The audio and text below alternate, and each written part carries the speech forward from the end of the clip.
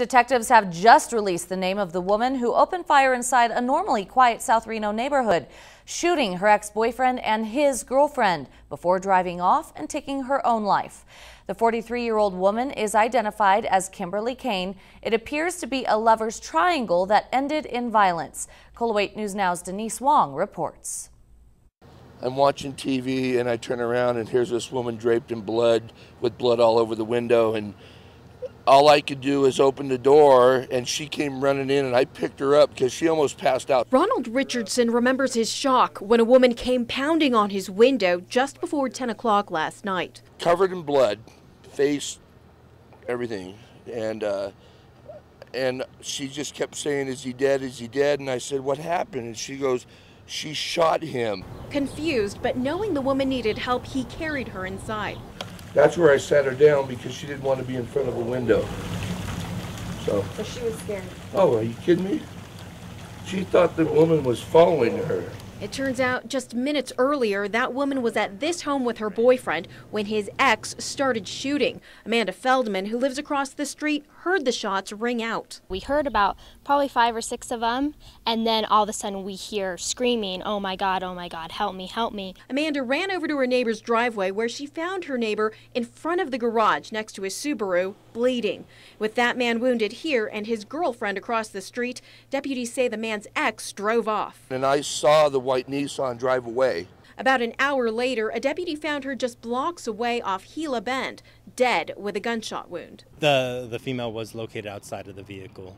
As investigators collected evidence all day from this damaged home, neighbors say they knew there had been trouble here before. There was kind of some incidents that had not led up to this, but things that had happened, and my mom knew that it was the ex-girlfriend. Now, investigators say they won't know exactly what was going on with the shooter, Kimberly Kane, because she did kill herself. But all 3 places, the place where they found Kane's body, the place where the girlfriend went for help, and this house behind me, they're all being treated as crime scenes. Reporting live from our mobile newsroom, Denise Wong, KOLO 8 News Now. Okay, Denise, thank you. At a tragic love triangle, tonight we've learned the name of the woman who opened fire outside her ex-boyfriend's house, bloodying him and his new girlfriend before taking her own life. She's been identified as 43-year-old Kimberly Kane of Reno. KOLO 8 News Now's Denise Wong live for us tonight in front of that home where Kane started shooting off Marble Canyon Road. Denise? Well, detectives spent most of the day here collecting evidence and talking to neighbors, and some of them told me they heard several gunshots ring out and screams right as they were getting ready for bed. Just a shrill, like one of those screams that you only hear in the movies. Amanda Feldman can't forget the screams she heard coming from her neighbor's home just before 10 o'clock Tuesday night. She ran across the street to find her neighbor bleeding in his driveway. Screaming, oh my God, help me, help me. As Amanda tried to help him, his girlfriend had run to another house. So I'm sitting down watching the TV and she's like this, and I turn around and she's just draped in blood. That's where I sat her down. Ronald Richardson brought her inside. He thought there'd been an accident. Covered in blood, face, everything, and frantic. Yeah, she was worried about, I guess she was worried about him. She kept saying, "Is he dead? Is he dead? Is he dead?" And I was like trying to put things together. So I figured there was a shooting. But the shooter, Kimberly Kane, had already fled in her white Nissan, only to stop at nearby Gila Bend to shoot and kill herself. Deputies found her body outside her car. The circumstances to this case are going to be difficult because we don't have a third person to talk to get their side of the story. Unfortunately, that person decided to take their own life. The Washoe County Sheriff's Office has not yet released the names of the 2 people who were shot in this. At last word, they were still in the hospital, but neighbors say they knew there was trouble between the man who lived in this house and his ex, Kimberly Kane, even before this all happened. Reporting live from our mobile newsroom in South Reno, Denise Wong, KOLO 8 News Now. Okay, Denise, thank you.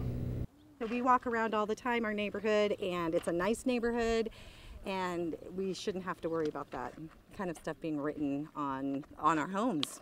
As Kathy Pettit goes on her daily stroll with 5 kids in tow, she's getting a good look at something she'd rather them not see. I don't like it. We try to protect our kids, and it's pretty sad that it's in our own neighborhoods. This garage door is just one of nearly 24 properties in this subdivision tagged over the weekend. Someone here called the Washoe County Sheriff's Office early Sunday morning to report people spray painting homes, streets, and even cars. Minutes later on Blue Skies Drive, That's where we found 4 individuals. We found 2 over the age of 18 and then 2 17-year-olds who started at one side of the neighborhood, and it seems like they just kind of wandered their way all the way to the other side of their the neighborhood. The 2 adults charged in this, Jason Lopez and Nathan Twohearts, both 19 and from Sparks, each charged with 14 criminal counts, including destruction of property. It's too bad you weren't here like 10 minutes earlier. You could see it. Roy Goss is trying to paint over the damage done to his property, but he's not happy about it. Well, it kind of makes me sick. Anger doesn't do any good. What are you going to do? And in a neighborhood that's full of kids, and in a few weeks, trick-or-treaters, having to explain this to them. It's pretty scary when it comes this close to home, so. He is, in fact, every parent's worst nightmare. Ronald Priest never sat down as he listened to his victim's family members telling him how he ruined a 14-year-old's life. Mr. Priest's job was to keep my daughter safe, to look after her well-being while transporting her. Instead, he sexually preyed upon her. This former school bus driver had already pleaded guilty to sexually abusing the teenager on his bus. It was a special needs bus, and the girl was on his route. But Priest would get her alone and doctor the video cameras on board and take advantage of her. Over a course of 2 months, there were somewhere between 10 and 20 acts. Prosecutors say the abuse started in April of last year and continued until the girl told her family in June. That's when Priest was arrested. The teen had trusted bus drivers since 6 of her family members drove a school bus, including this aunt. I now truly understand why in biblical times such persons would have been stoned to death. The 68-year-old said he was sorry, but it was too late. The judge threw the book at him, sentencing Priest to at least 2 years in state prison and then 3 additional years in jail. It's horrible stuff, and no apology is really going to do it. What he did is wrong, and he was given the maximum sentence. Ronald Priest's family did not want to speak, but they did let the judge know that when he's released from jail, he does have a support system and a place to live. Reporting from our mobile newsroom at the Washoe District Courthouse, Denise Wong, Coloway News Now.